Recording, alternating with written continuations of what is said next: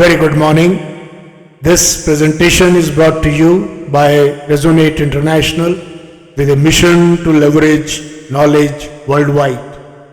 The topic being covered is Ukraine's nuclear disarmament, a cautionary tale for global security.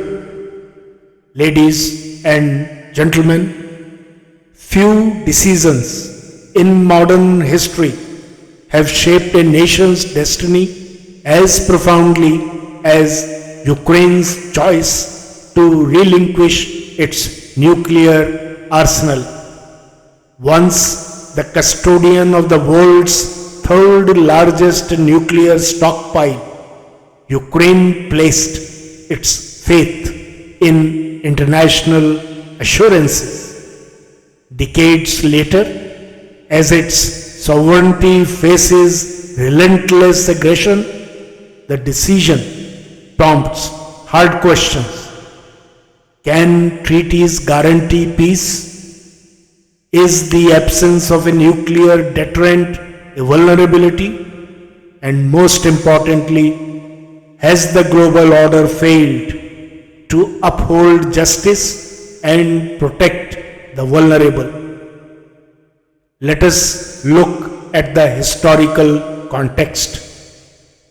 After the dissolution of Soviet Union in 1991, Ukraine inherited a vast nuclear arsenal of 1900 warheads along with long-range missiles and bombers as delivery systems. However, operational control remained with Moscow, leaving Ukraine with formidable weapons but limited practical authority. The Budapest Memorandum on Security Assurances, signed on December 5, 1994 in Hungary by Ukraine, the United States, the United Kingdom and Russia, emerged as the cornerstone of Ukraine's disarmament. The agreement included several key provisions. It is important to look at them. First, respect for sovereignty and borders. Signatories pledged to recognize and respect Ukraine's independence and territorial integrity. Second, no use of force. The parties committed to refraining from threats or use of force against Ukraine. Third, support in case of aggression. In the event of a violation, the signatories agreed to seek immediate UN Security Council action. Fourth, non-interference. Assurances were given against economic coercion aimed at influencing Ukraine's internal and external policies. These assurances were critical in persuading Ukraine to transfer its nuclear weapons to Russia for dismantlement and accede to the Treaty on the Non-Proliferation of Nuclear Weapons, NPT, as a non-nuclear state. At the time, this was hailed as a milestone in global disarmament, while there was a sharp criticism within Ukraine on this issue. The cost of trust which Ukraine has paid is worth mentioning.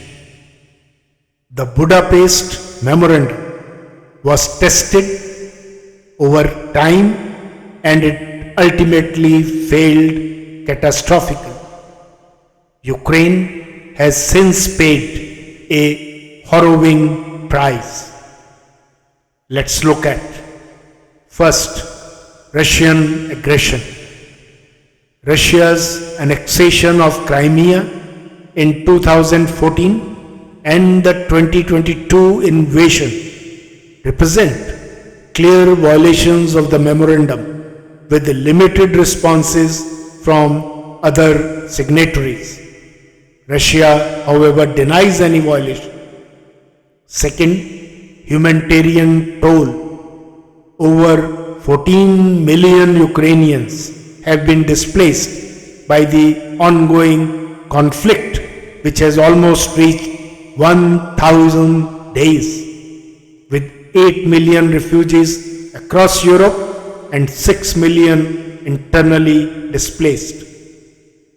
Civilian casualties numbers in tens of thousands, and countless others endure war crimes and atrocities. Third, economic ruin.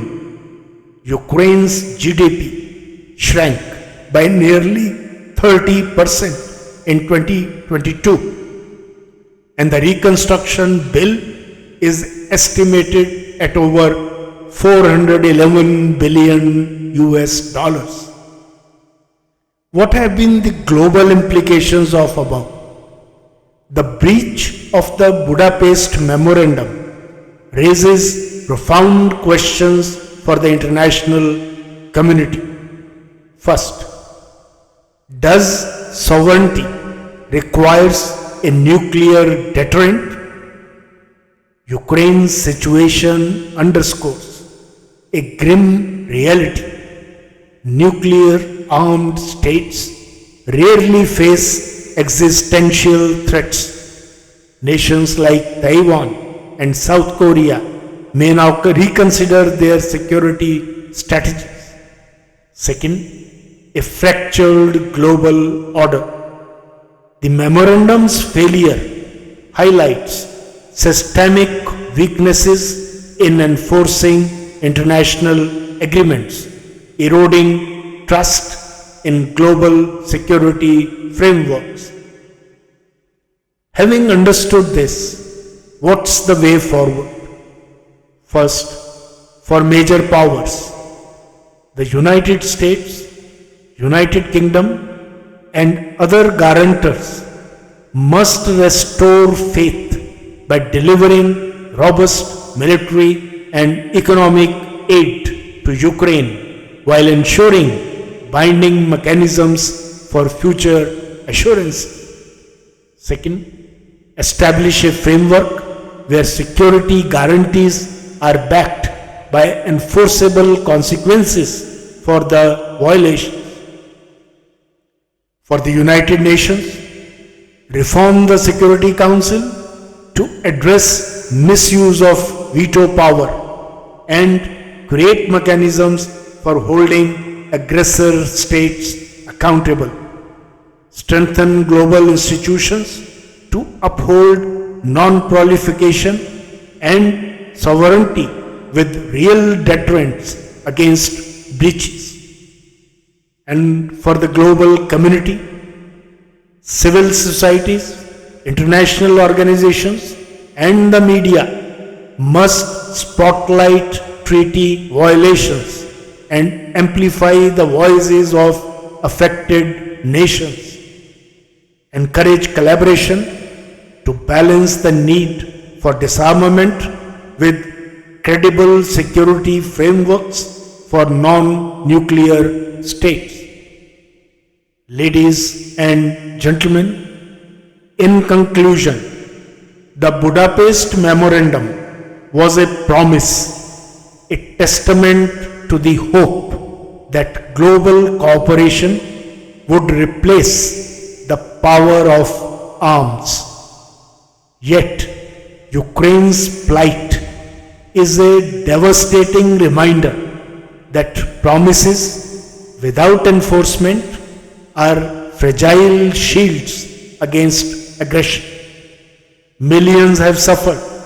Trust in international agreements has eroded, and the global community faces a stark choice: act decisively to rebuild trust or witness further unraveling of the world order.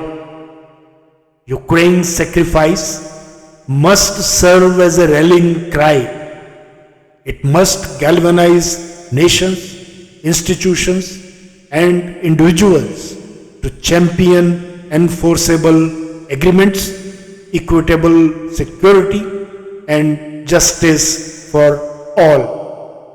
In this critical juncture of history, the world must stand united, not only to support Ukraine, but to ensure that no nation's trust in peace ever becomes a pathway to tragedy.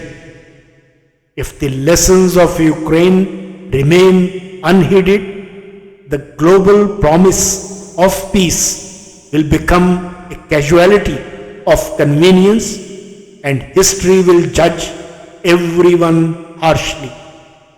Let Ukraine's suffering ignite not despair but determination, a resolve to create a future where sovereignty is inviolable, justice is unwavering, and trust is no longer a leap of faith but a pillar of security.